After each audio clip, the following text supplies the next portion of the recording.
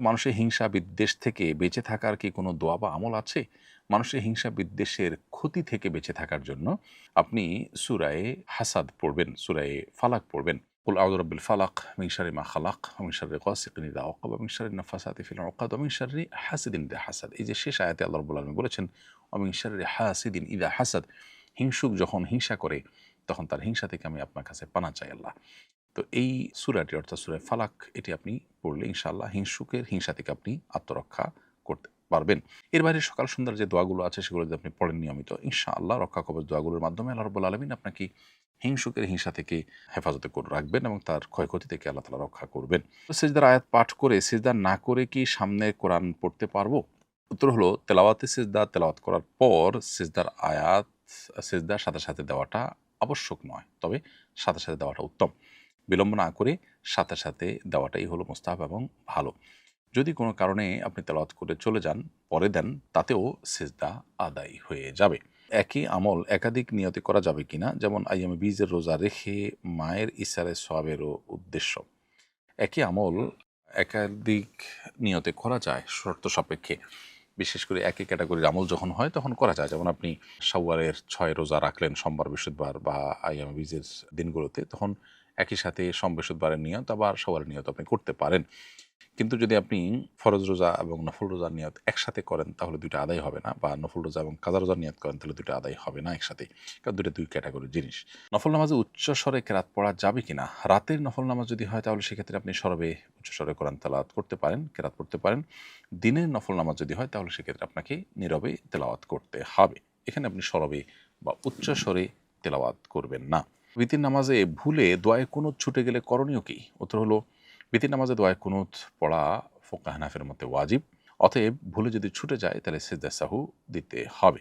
আমি নেদারল্যান্ডে থাকি, মাগরিব ও এশার নামাজ একত্রে মাগরিবের ওয়াক্তে পড়া যাবে কিনা? উত্তর হলো আল্লাহ তাআলা বলেছেন ইন্নাস সলাতা কানাত আলাল মুমিনিনা কিতাবাম মাওকুতা, নিশ্চয় নামাজ ইমানদারদের জন্য নির্দিষ্ট সময় পড়াটাকে ফরজ করে দেওয়া হয়েছে। বিধান নির্দিষ্ট সময় পড়তে হয়, মাগরিবটা মাগরিবে, এশারটা এশায়। যদি মাগরিব এবং এশার মধ্যে কোনো সময় না থাকে, একসাথে দোনোটার সময় হয়ে যায় সেটা ভিন্ন কথা।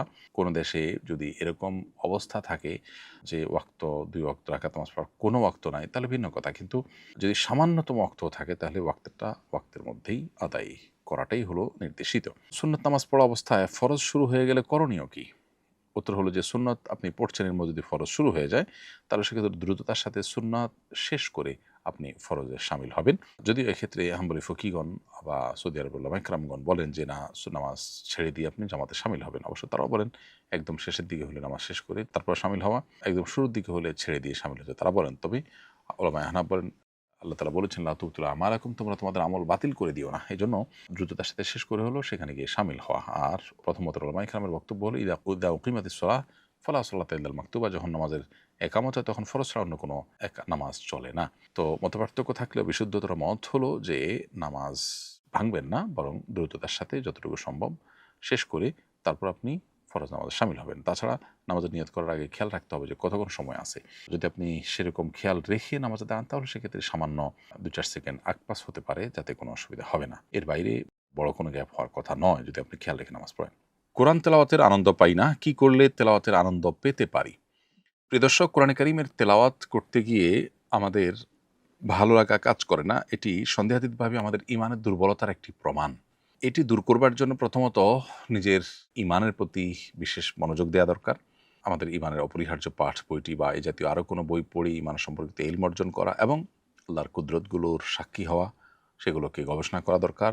বিশেষভাবে কোরআনে কারিমের অর্থ ব্যাখ্যা বোঝার যদি আপনি চেষ্টা করেন, ইনশাআল্লাহ আপনি কোরআনে কারিমের তেলাওয়াতের স্বাদ এবং তৃপ্তি লাভ করতে পারবেন।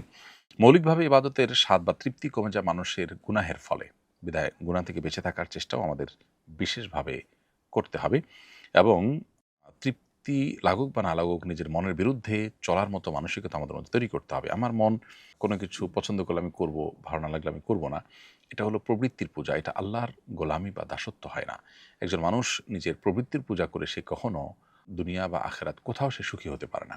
এজন্য নিজের প্রবৃত্তি বা নিজের কুপ্রবৃত্তি, নিজের মনের যে অন্যায় চাওয়া আছে সেগুলোর অনুকরণ করা যাবে না, বরং সেগুলোর বিরুদ্ধে আমাদেরকে আত্মসংগ্রাম চালাতে হবে। পরিবারকে সাথে নিয়ে গৃহাভ্যন্তরে নামাজ আদায়ের ক্ষেত্রে নারী একামত দিতে পারবে কিনা? উত্তর হলো যে গায়রে মাহরাম কেউ যদি না থাকেন তাহলে অনেক ওলামা কেরামের মতেই নারীরা একামত দিতে পারবেন। তো নামাজে ইমাম সম্পূর্ণ সালাম শেষ করার পূর্বেই যদি মুক্তাদি সালাম শেষ করে ফেলে তাহলে কি মুক্তাদির নামাজ হবে? উত্তর হলো নামাজ হয়ে যাবে, তবে ইমামের সালামের আগে সালাম শেষ করে ফেলাটা অনুচিত এবং মাকরুহ। ইমামকে ইত্তেবা এবং অনুকরণ করতে হবে। নবী সাল্লাল্লাহু আলাইহি ওয়াসাল্লাম বলেছেন, ইন্নামা জুইলাল ইমামু লিউতাম্মা বিহি ফাইদা রাকা ফারকাউ ইলা আখিল হাদিস। ইমাম দেয়া হয়েছে, নির্ধারণ করা হয়েছে, ধার্য করা হয়েছে অনুকরণ করবার জন্য, বিধায় তিনি যখন কোনো আমল করবেন তখন তোমরা সে আমল করবে, অর্থাৎ ইমামের আগে করবে না। তবে যদি কারোর হয়ে যায় ভুলে, ইনশাআল্লাহ নামাজ হয়ে যাবে। আসুন্নাহ ফাউন্ডেশন, উম্মার স্বার্থে সুন্নাহর সাথে।